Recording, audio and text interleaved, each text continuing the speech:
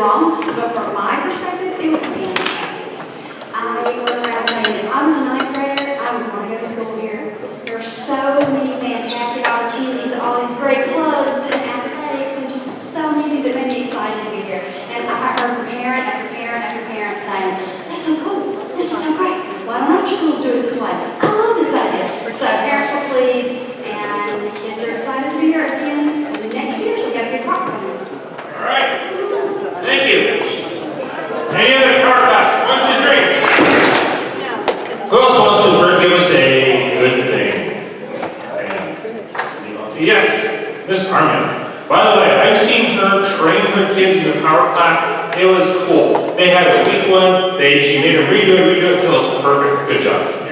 That wasn't really a good thing, but it's a good thing. Well, it kind of goes along with my good thing. I had a son yesterday, and I got a good report for every class. All right, power clap. Cheryl, do the 1, 2, 3, 4. 3, 2, 1. All right, anyone else? Okay, so I am a late addition to the agenda because of our lockdown incident we had the other day. I just want to go over a couple things real quickly. And we had some questions that came up, and I just want to review kind of what led us to that, make sure we're clear on our terminology, and also if we follow email and survey just to get impressions and your experience and what we went through. So first off, as I said in the communication I put out that day, staff and students did a very good job. The school was quiet. Everything was, from what administration and security could see, it looked and sounded the way it should. So, a little bit of background. So, based on what Officer Smith has shared with me, I can tell you a couple details. So, we were notified by the police that there was an incident going on literally about a block away from here to the east in the residential area that a person with some mental issues was making threatening comments and gestures, and this person had a firearm. That kind of thing gets people's attention very quickly. So Officer Smith notified us. We notified the district office, and there's a whole process for communication back and forth. I won't bore you with that, but it's based on the experiences of our South End schools who had several lockdowns this year. So with that kind of situation, both Auburn High and Washington were told by the district office and by the police to go into a full lockdown. At that point, I got an intercom, I made that announcement, and everything started locking down very quickly. So that was a very, very good reaction from staff. We had staff pull kids in from the hallway who were tour from the bathroom, and we had communication from staff from one room to another saying, hey, I have your kid, they're safe, and so on. So that piece went very, very well. I had some questions both during through email and afterwards as to should we have can we keep teaching? And so my brief answer to that during lockdown was no. And I just want to follow up on this. So make sure our terminology, we all use the same terminology, we know what it means. And this comes from the district. And I will follow up with this so everyone will have this throughout the entire staff. So we went into a full lockdown. That means, quote, everyone is in a room, doors are locked, windows covered, lights off, no sound. Teaching does not go on as normal. At that stage, we didn't know exactly where the person in question was. All we knew that there was something going on, and we did not have any information this person was contained. So, we went into lockdown. And if it were a different situation, possibly could have gone into a modified lockdown, which would be outer doors are locked, no one in or out of the building, outside shades are closed, but teaching does go on as normal. So we were in a full lockdown. So I just wanted to make sure everyone's clear on the terminology, and I'm being given the little signal that my time is up. So I'm going to just remind you all that by the end of the staff meeting, I'll send out an email with the same information I just verbalized, as well as a link to a survey. I want your feedback. and also a link to sign up for a Remind app if you have not already done so. We sent 3 messages via Remind, and I got some feedback from staff on that. And so we're trying to constantly hone our practice and our communication. So with that, and I don't have time for questions, ask me questions, give me feedback in the survey. Turn it back over to Mr. Gardner. We're going to turn the microphone actually over to John, the voice of moral. Come on up, John. John, the voice moral. You guys are watching, your kids watch the screencast. It was funny when I thought about it. Okay, here we go. Test it, all right. Okay, so most of you have done field trips before, been involved with them, maybe created the field trips, and certainly out of the Career Center, we do a number of them as the year goes on. And we do the best we can with them, we find chaperones the best we can and whatnot. For the most part, field trips go pretty well, despite some busing issues and all that can happen. Rarely does a field trip drop into your lap like the one we're seeing drop into our laps now. You may have heard of the CCLI committee, and that's the group of us that are working on things like career cruising and helping shift our culture more to a college and career readiness type of an environment. Well, the organizations that are in support of the CCLI work that we do, the Community Center for Education Results, for example, Washington College Access Network, and so forth, have been involved in the past few years with a work site tour program where schools can go home to almost full immersion with a particular grade level on a particular day for a field trip. But we're not going to be full immersion, but we're going to be pretty significant. On April 24th, we will have the opportunity to take upwards of 150 to 175 ninth graders to one of 5 worksite locations. I'm not going to tell you what they are right now, but that's the big surprise that will come, but they're really cool, different locations that we can take our students to. At this point, it's going to require a lot of chaperones. We know that. It's going to require that there's maybe some give by some folks here and there in the way of the houses, perhaps, something like that. The details we're working on, Mr. Gardner and I have been talking about it. Just be aware that in the next couple of days, you might want to expect an email with some more on this topic. So April 24th, that's a 9th grade field trip, a significant number of our 9th graders. And you can tuck that away for now. That's all I got. Thanks.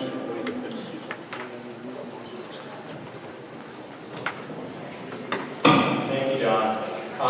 It was an incredible opportunity, just so you guys know, when the gal from CCLI came in, someone that we don't work with regularly, said that a lot of the high schools were in I guess a cohort of 11 schools, and some of them have been in CCLI 1 year longer than us.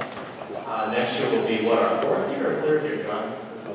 3rd year next year? So I guess we're one of the next ones up for these field trips, and what a great opportunity. We were hoping to be able to take all the freshmen, they just don't have capacity for that. So anyway, that's something we just keep pushing it out there, letting the kids know it's going to be on first come, first served basis. Some announcements that were expressed to me that we wanted to make sure we covered when we're all together is we've had some wonderful performances for Once Upon a Mattress by our own drama department. Big hand for them. And they have a show in the PAC tomorrow night at 7, Friday at 7. That come at names. Adana Luciani, please come to the attendance office. Adana Luciani to the attendance office, please. Thank you. And if you haven't had a chance to go, I've heard the reviews are wonderful. Okay, and I'll be going to the last one Saturday night. Big robotic competition. Mr. Z. Chrissy told me about that. Is that our first big one that I know there's been some other big ones. Yeah, but isn't there something that's the first time for us? No, we got schools from Oregon and where else? Washington, Oregon, Alaska, so the Northwest corridor. Very cool.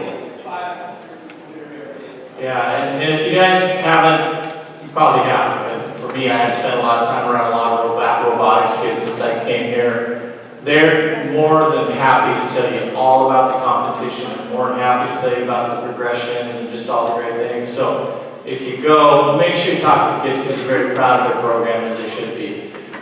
Kenny White, Kenny, are you here? Why don't you go ahead and give a quick shout out to Shay? Shay Native? Okay. Here you go. Shay has been with me since January, so he's more than halfway done, but he is is from Western, very highly recommended and doing a great job. Shay Serino, you might have seen him around.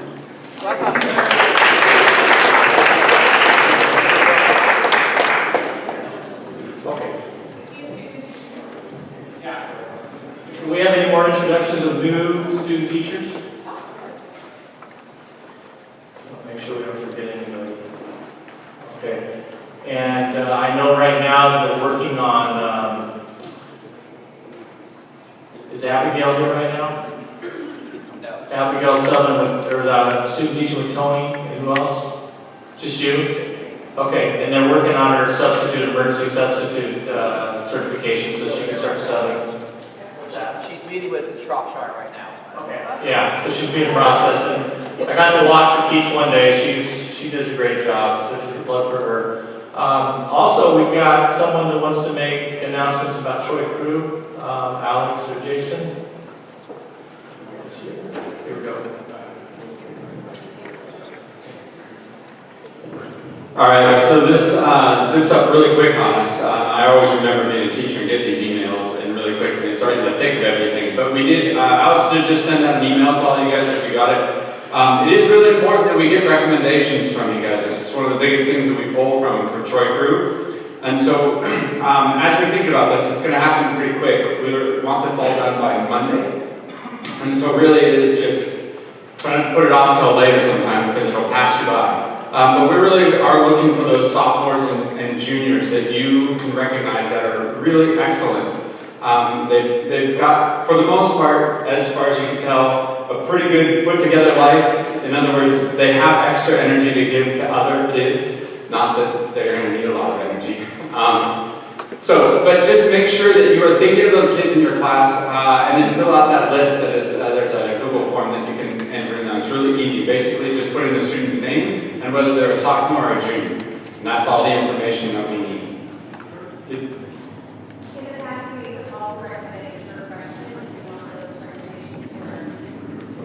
Yeah, we'll wait on this on the first round, but yes, keep them in mind. If you have them in your back pocket, those are, because we don't, generally we've had about 4, yeah, 18. There's not that many of those. But definitely like plug them for the future. Like you'd be great for this, unfortunately.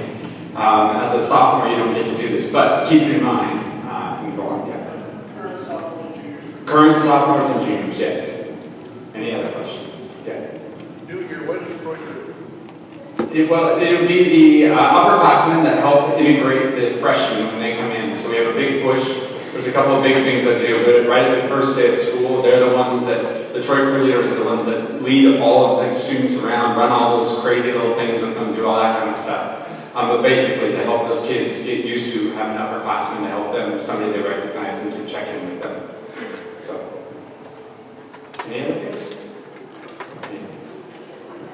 Thanks for the support. Thanks, gentlemen. Hey, so over the last month, I've been able to go to a 3-day PBIS conference, and then last week I was down in California for a conference put on by College Board. It was called A Dream Deferred, and it was coupled with a historical Black Colleges and University Conference. So we were commingling and finding out a lot of things about how to break down walls, how to continue working on this equity march that we're on. I know we're racing to equity, and I know that kind of freaks some people out, so I'm just going to say we're on a march. That seems more doable. If you're racing, keep racing. If marching seems better, standing in place, not an option at Auburn High School, and I know we're working really hard at that, and I'm seeing it come through in a lot of the instruction. I want to say this, because I had a lot of colleagues with me in Portland at the PBIS conference. The comments I was hearing when we're going out to dinner and just kind of hanging out with each other is we're on the right track, we're doing a lot of good things. PBIS is very steeped in evidence-based practices. So yet, we might be looking at schools across the nation or the Northwest that are doing some incredible work. If you do things with fidelity, you can replicate.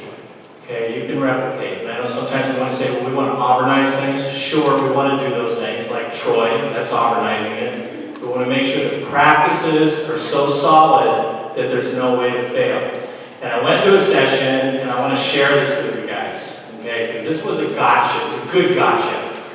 And the professor from Portland State, no, University of Oregon, he said, who in this room is an expert on sustainability? Raise your hand. So I'm going to ask you guys this question.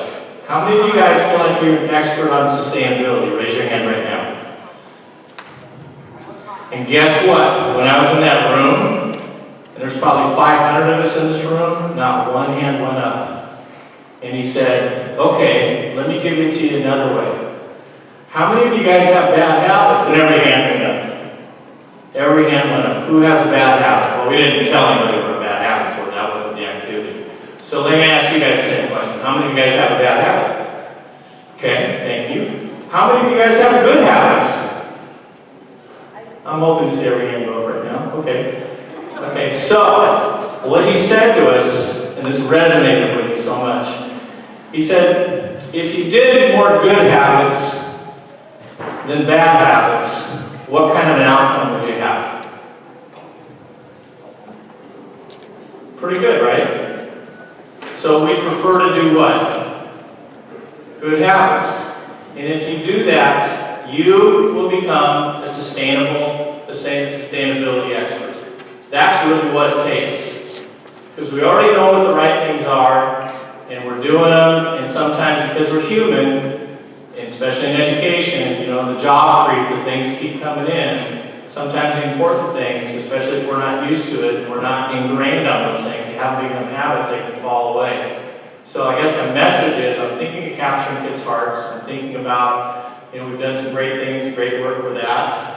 We should only be touching the tip of the iceberg right now. We haven't even gotten below the surface with how far we can take this. So my message is, make sure you continue doing the greetings at the front door. That's your opportunity to really do a dipstick check with your kids and make sure they're doing okay, forming those relationships. Continue doing good things, okay, because we took a self-assessment back in November, we were about 75%. And I know we're in March right now, and March is kind of that month where things start to, you know, it's tough, it's a tough month, I get that. Been doing this a little while, so I understand that.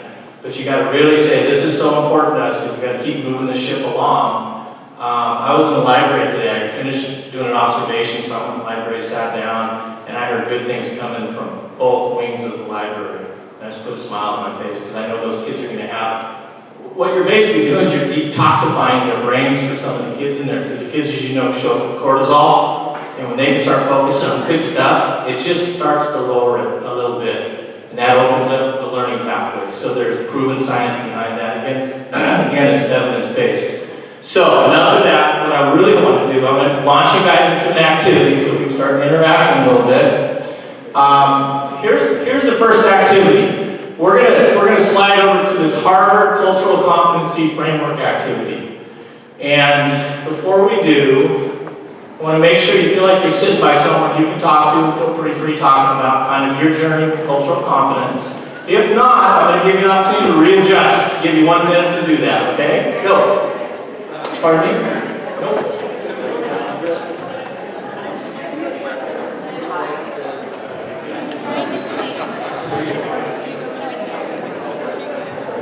Okay, I've got 2 really short prompts. Here's the first prompt.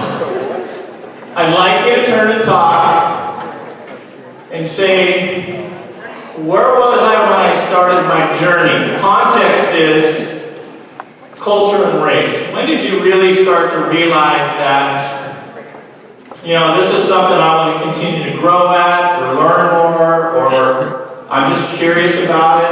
I started my journey when I was 10. And I remember the day when a kid in my neighborhood that I just moved into said, you need to move to the Puyallup Fairground. I had no idea what he was talking about. And then all the other kids started laughing at me. I had no idea why they were laughing. Well, I was the only Asian kid living in a downtown neighborhood in Puyallup, Washington. So for you historians here, you know what that meant. And that point on, I started to realize I'm no longer the same as my kids down in my neighborhood in Los Angeles. I'm different in Puyallup, Washington. So think about where your journey may have started. Do a turn and talk. Go. Sure.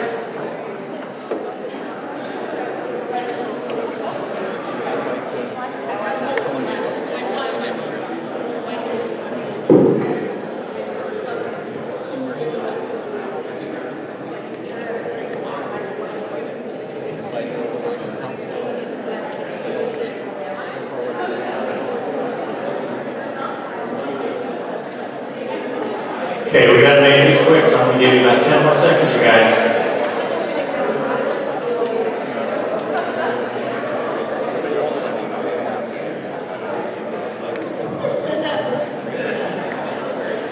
Five, four, three, two, one. Okay, gotta bring you back. If you didn't get to finish your conversation, please find another time to do it because it's awesome to find out people's stories and to find out a little bit more about them. The next question, the next prompt is, where am I now? Where am I now in this journey? Okay, go. Not yet.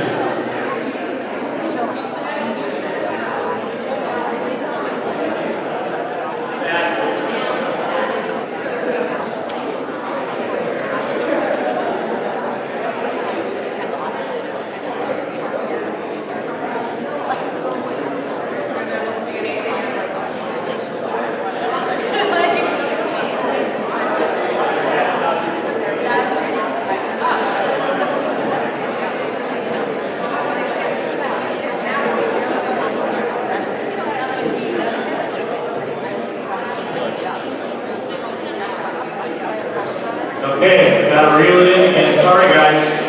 5, 4, 3, 2, 1.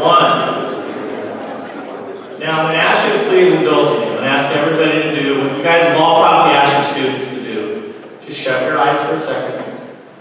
Take a few relaxation breaths if you want. And think about, well, if you had a chance to, think about where you were at when you first realized you were on a journey. For me, it was age 10, and I'm still tripping all the time, falling and stepping on things. And where are you now? Think about what happened in that 1 year, 10 year, 20 years, 3 years. Think about that.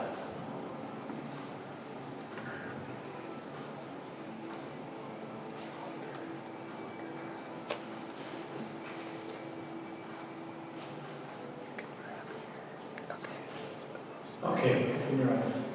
Hopefully I didn't stop your journey too short. So what we're going to do now, we're going to do a little individualized activity. Okay, you guys can start passing out those frameworks now. This is the Harvard Cultural Competence Framework. And there's 5 areas. And there's 5 ways to kind of assess yourself. What you're going to do right now is look at those 5 areas in the gray on the left-hand column. And then you're going to assess where you're at currently now as of March 20th, 2019. Good? And all you got to do is put a little check mark next to where you think you are. So you're going to end up checking off 5 boxes out of the 25. So 1 box across the top, in the middle, towards the bottom, and on the bottom. You're going to check red, yellow, green, blue, or purple.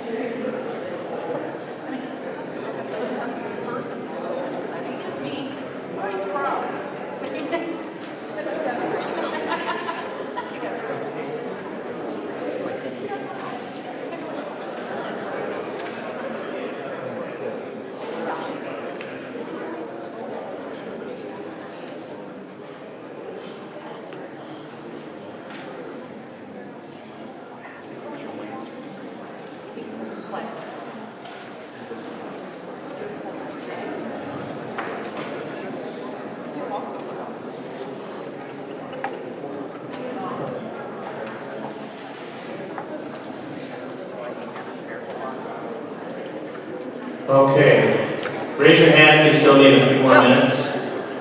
Okay, give you like 2 more minutes.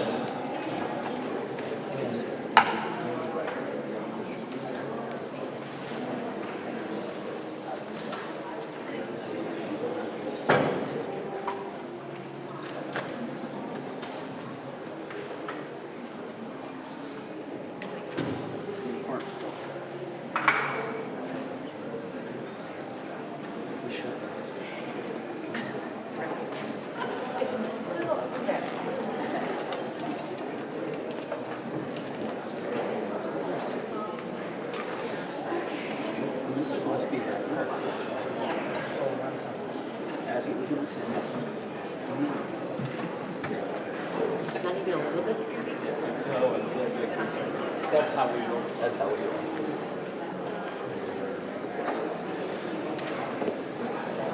Okay, I want to draw your attention. Thank you guys for reflecting and looking through that. The really cool thing about the framework, a lot of research has gone into this. This came from Harvard University. I tweaked it a little bit in terms of putting, AHS in there, things like that. If you're ever interested in finding out more about, because we're all biased, right? We all have biases about things. Several of us sat in on a session down in Portland and PBIS about implicit biases, and it was a really great session, and we might bring some PD back on that in May.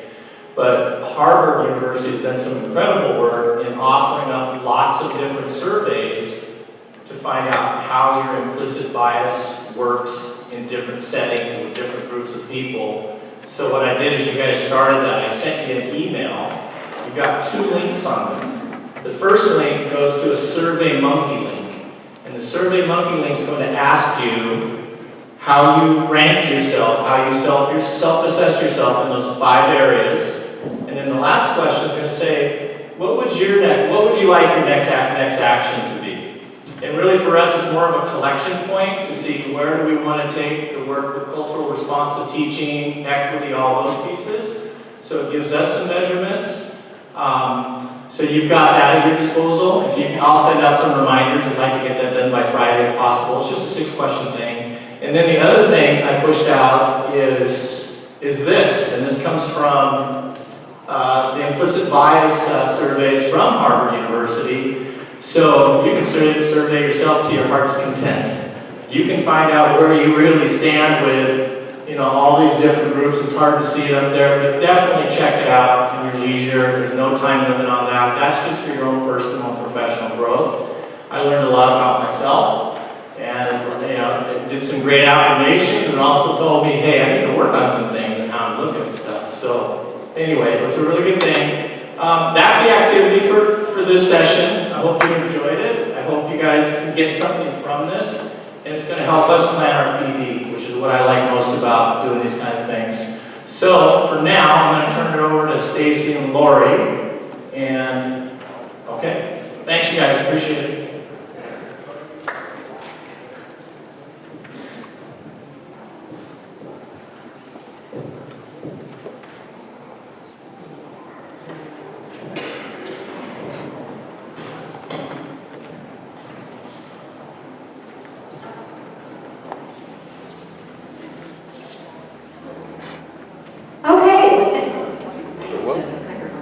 Okay, well today we're going to do a little PD on learning targets, success criteria, and performance tasks.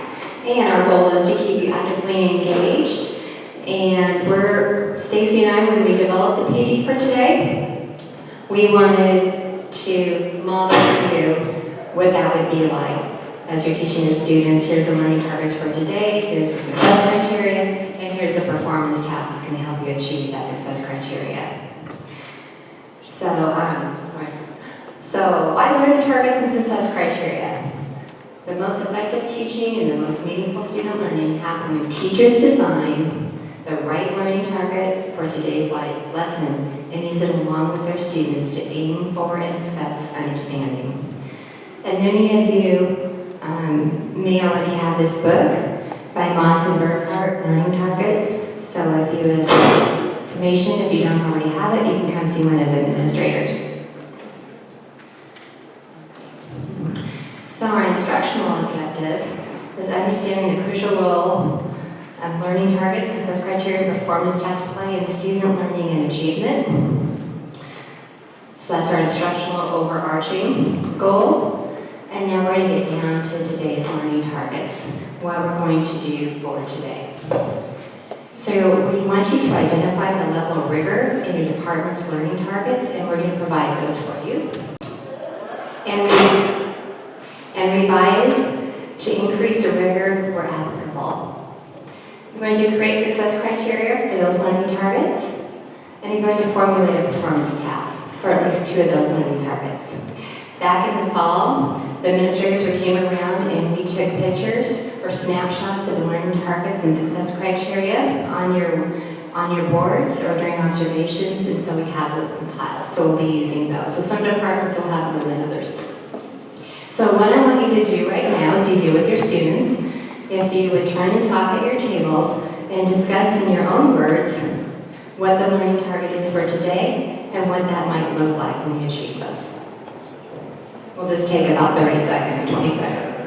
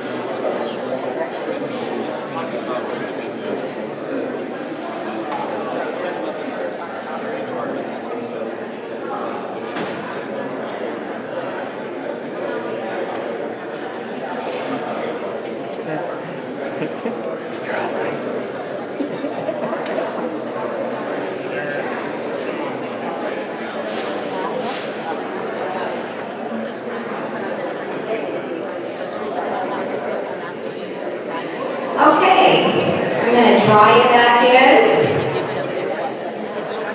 3, 2, 1. Thank you. So the next part that we go through with our students will do today, the success criteria for today. That you can use the depth of knowledge chart, and Stacy and Deanna and Ron are handing those out now. Identify the level of rigor for each of the learning targets that we're going to share with you later. That you construct a learning target. Oops.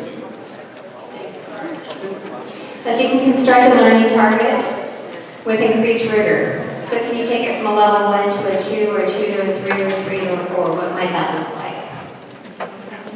You can create success criteria for the learning target at the same level of rigor. Design a performance task that requires students to say, write, or make something to aim for that learning target. One of the big things with the success criteria and the learning target sometimes is that they don't match in the level of rigor. So that's something that we're going to be looking at today.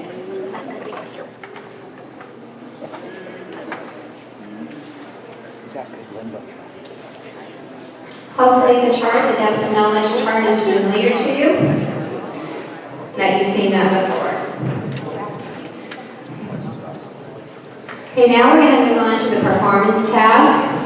And this is what we're going to achieve today. Using 2 consecutive learning targets for your content, you will develop success criteria and performance tasks that align with the same level of rigor and allow you and your student to assess the learning. The performance task will help the students aim for the target and apply the success criteria. And it will help them produce evidence of what you know and can do in regards to the learning target. So those are the pieces that we really want to focus on today. And one thing, I just realized you may not be sitting with your department, but we will, once we get into the activity, we'll have you get up and move if you're not already, okay? And as you guys know, there's several components or pieces in the learning target. We all want to know what's a student going to be able to do by the end of today's lesson. We tried to put the self-ID rubric components in there as well for you, so that's P1. Stated in kid-friendly language that they can understand. And be frank in the point of view of the student who has not already mastered that learning target. That's why we have those every day. These be connected to a specific performance task for the day's lesson. And really important, include success criteria. And another student-friendly way to say success criteria is student look-fors. What can they look for throughout that performance task that they know will help them achieve that success criteria, whether it's through a rubric, a checklist, or maybe an example. Okay.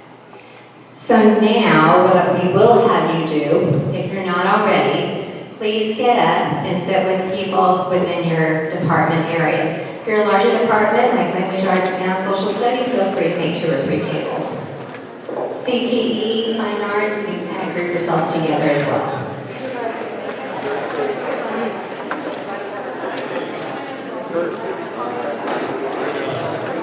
Yes, Mr. Earl. Oh, you're just...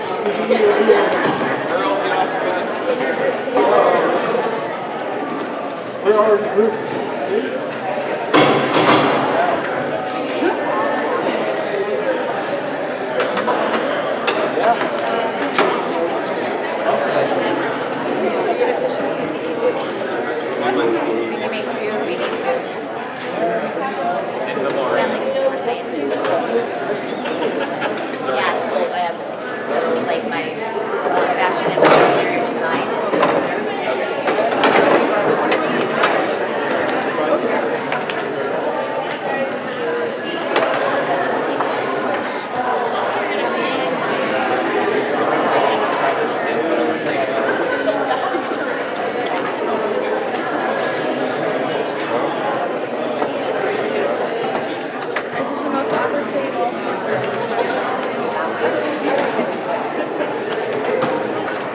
Okay, take about 10 more seconds to get situated.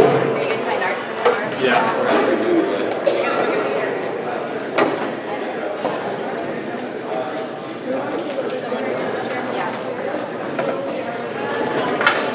Goodbye.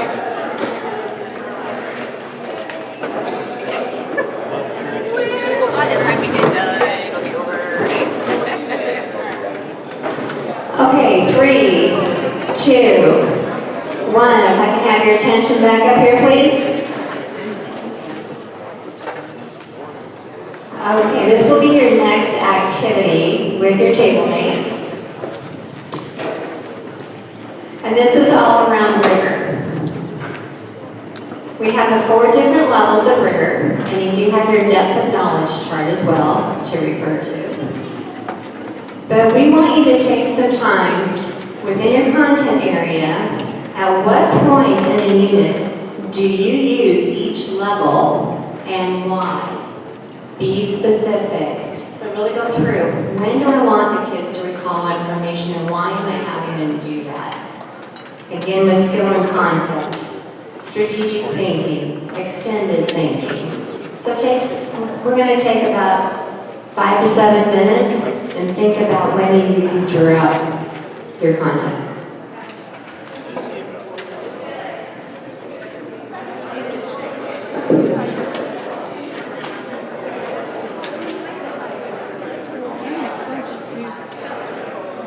Beginning of the lesson, you want to be there.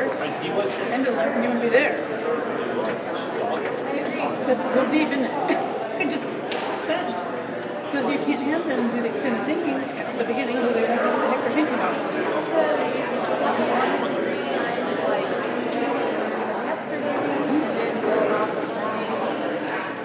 Breathe in.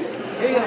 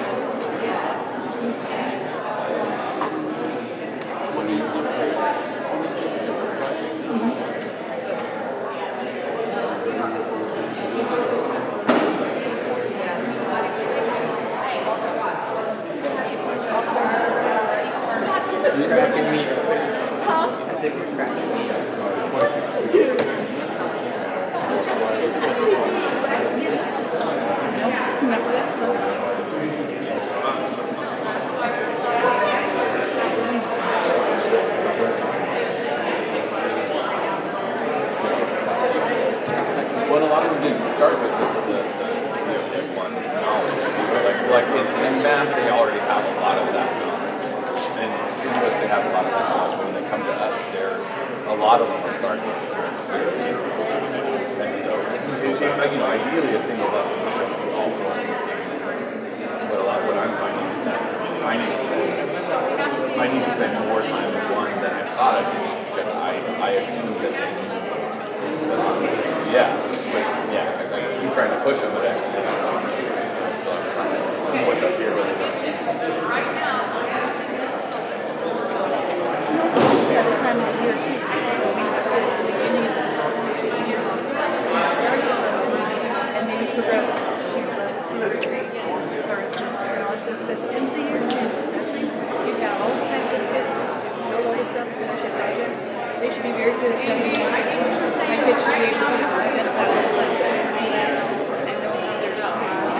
Because starting to go, we haven't even told you how to use them and stuff. I wouldn't expect that to have knowledge in September at all. But I would expect Somebody asked if you're supposed to be putting stuff into So I a think spreadsheet. The answer is no, you're not going to put anything in that spreadsheet. You're not supposed to be looking at that yet. And then of course they very good. And then they throw the kid in that's, you just moved here. Now you got to start all over that one. It's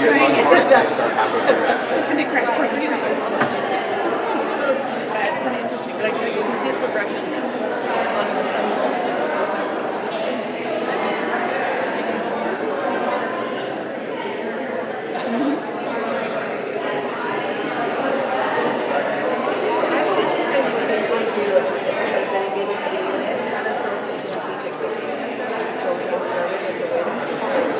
Get them thinking before we get into the basic stuff so that it makes the connections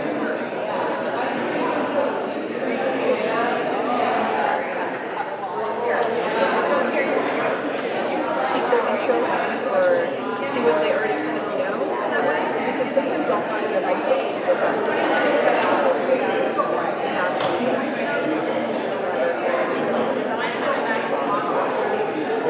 So I feel CTE and biology. I think it should be and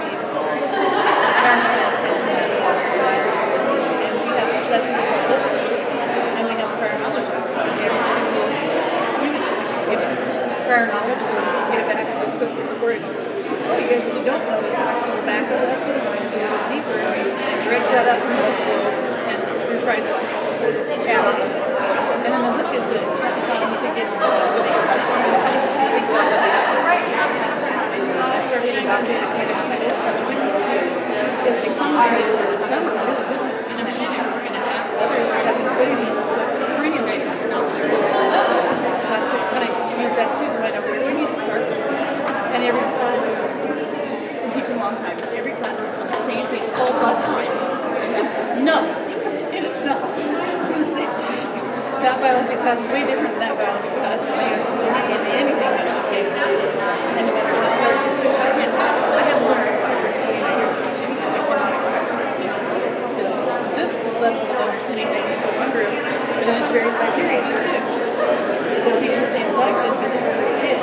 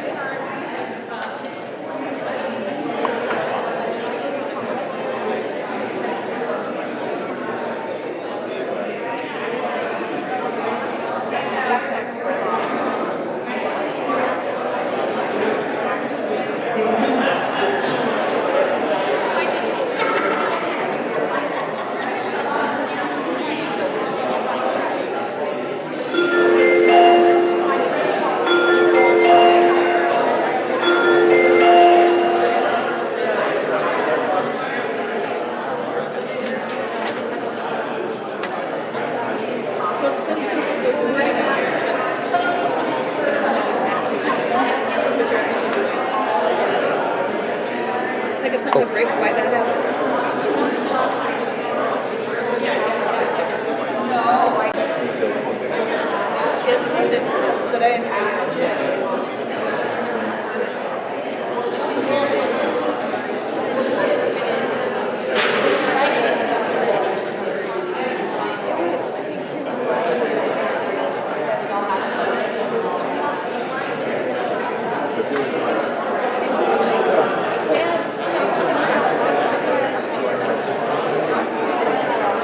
Yeah, it played because he wasn't like it.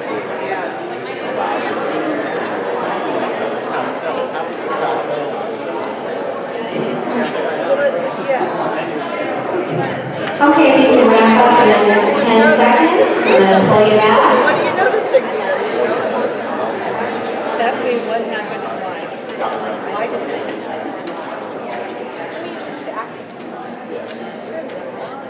Okay, sounded like we had some really rich discussions out there about the different levels and why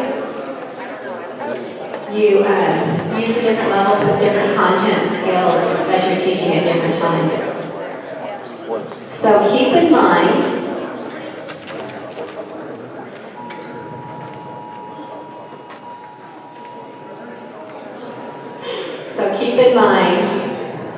those tasks that you just discussed, because you will use this for the next activity. So Stacy, if you could move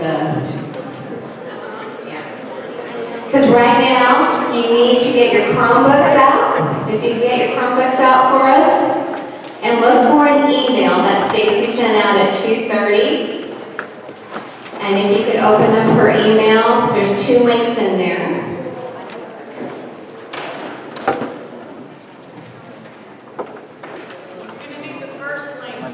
Okay, open the first link.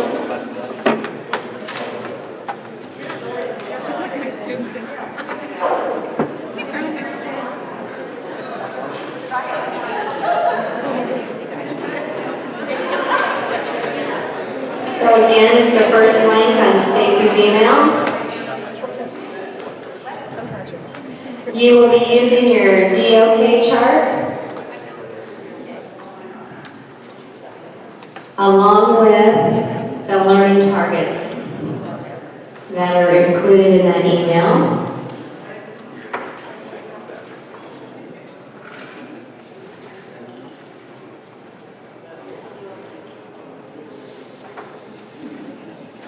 Okay, what you will do now at your tables.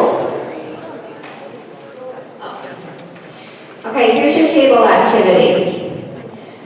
Using the learning targets for your department and your chart, identify the level of rigor for each learning target. Is it a 1, 2, 3, or 4? And again, some of you have more than others, so you may want to split some of those up. The second task you have is we're going to ask you to revise at least 2 learning targets to increase the rigor asked of students. You can take it from a 1 to a 2, a 3 to a 4, a 2 to a 4. So we're going to give you some time to work on this activity. About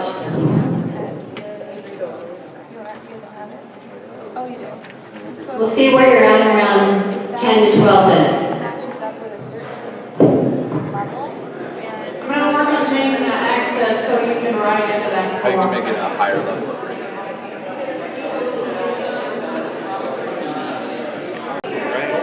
Stacy, your mic's not on. Okay, so one's very loud and one's not, or you just lost your hearing.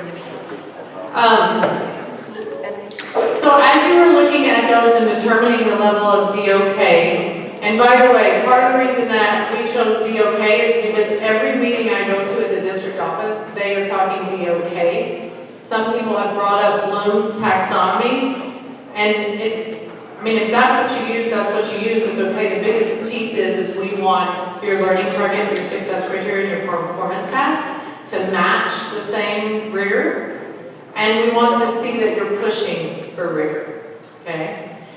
Just know that the district, everything that's coming out of there lately is DOK, so that's kind of the direction that we went.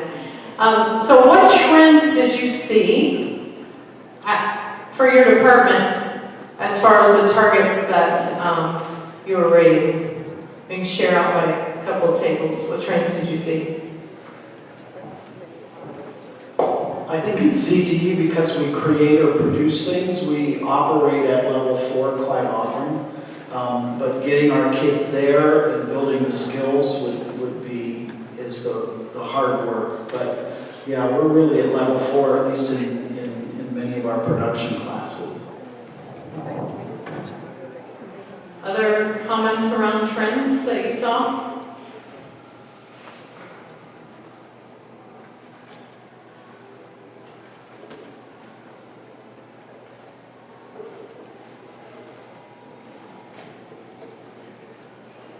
If I could share one thing that I noticed in several table groups, a lot of people said, I have to do level 1 since I've been doing this past this day. But then as we go through the unit or work on that content and work on that skill, it increases to a 2, 3, and 4. And that's the best example of progression. So how you can work on depending what you're working with the kids on, and then as you progress,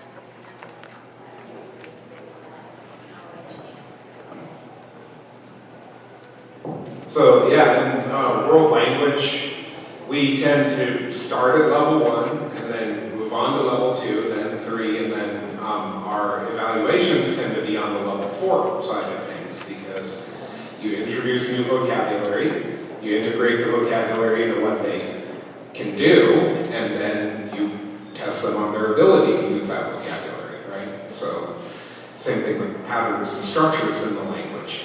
Start out on level 1, move to 2, then to 3, then to 4.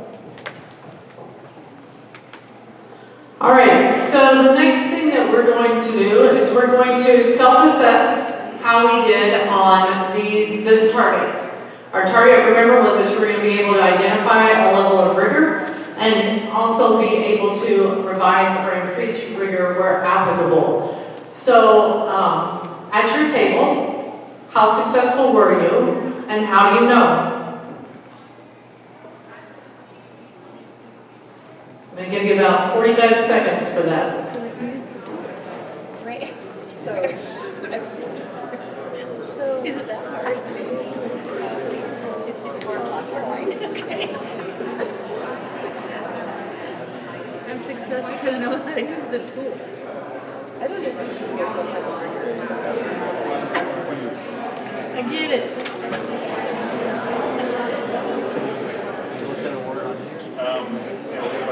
We can do this. 3, 2, 1. So just a couple of tables. Where were you in why?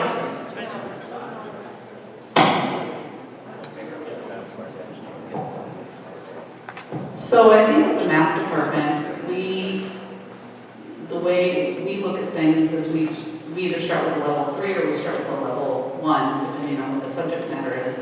But I think we're not using the words that are on here. We're doing it.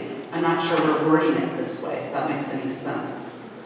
So our success criteria might say review, but really in reality, it's right before the test. So technically, it was for them to assess where they're at for that. Does that?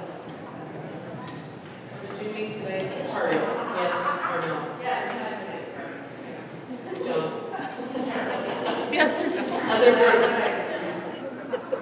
I liked the science answer over here when I was walking around, so I'm going to make Mr. DeMott share. We failed. We dropped the ball. But we did capture the intent of the learning target because we got into the philosophical discussion about the levels of our learning targets, their applicability in the classroom, and the intent of your desires and where you head in the classroom, and how the classroom can change. And that is a little different. So we didn't change learning targets, but we analyzed them and and how to change them. But that was our discussion. Anybody else want to share?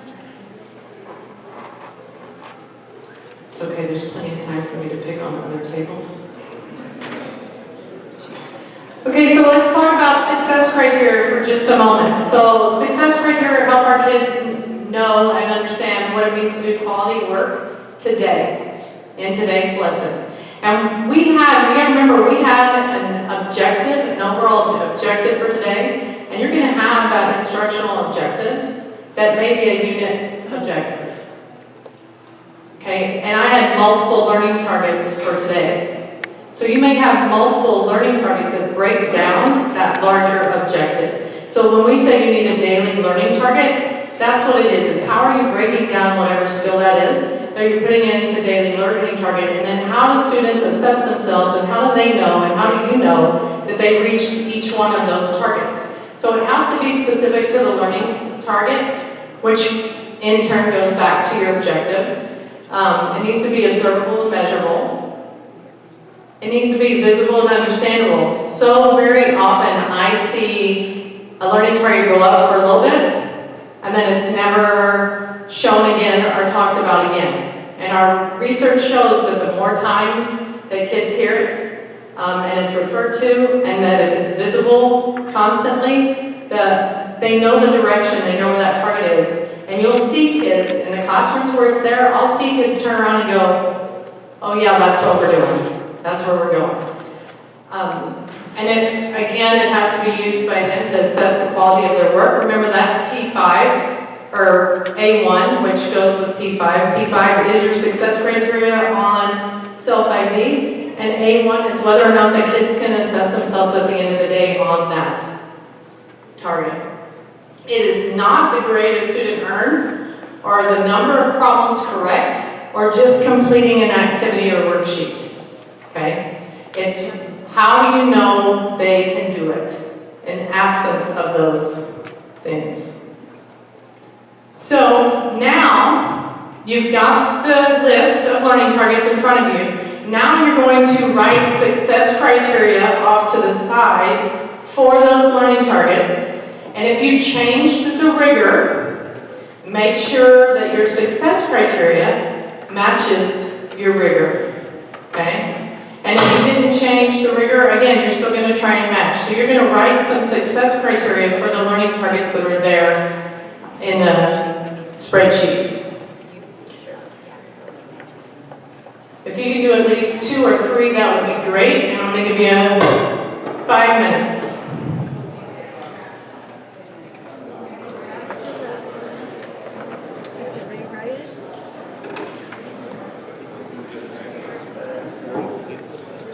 Three, 2, 1. Okay, how did you do?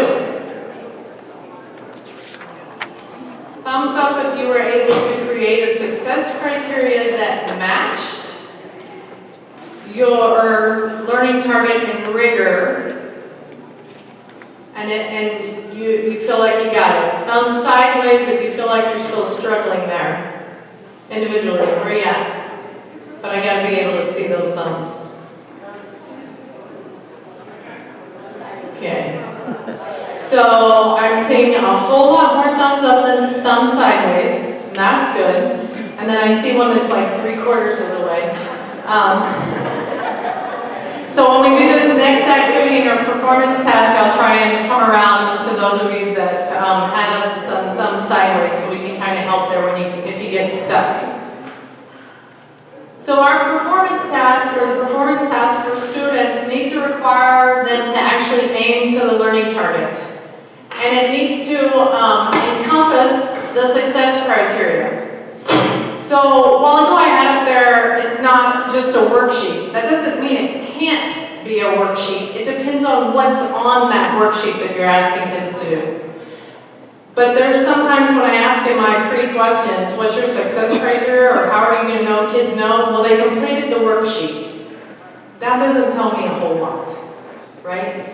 And it may or may not tell kids a whole lot depending on how we frame things for the students. It needs to deepen their understanding, and superintendent needs to provide evidence of what they know and can do in relation to the target.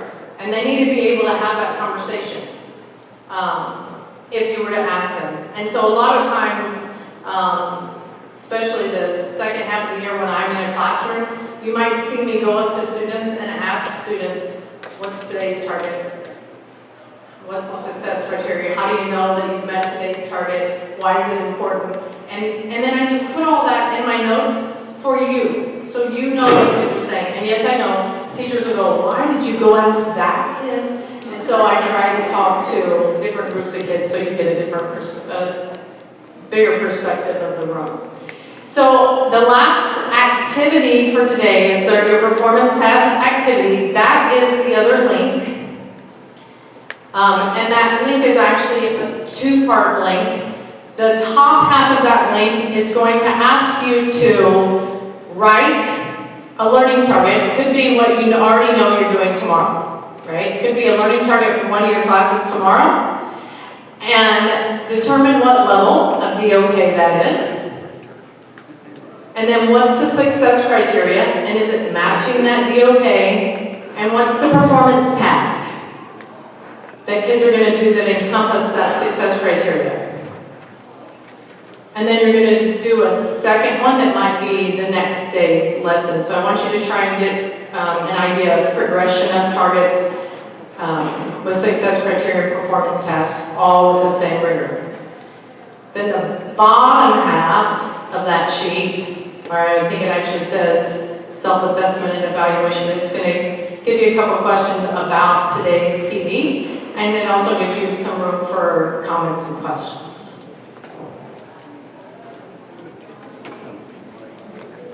So I'm going to give you about 5 to 7 minutes to do that, and we'll see where we're at, and then we'll close up shop. This is individual, because this is on the Google form.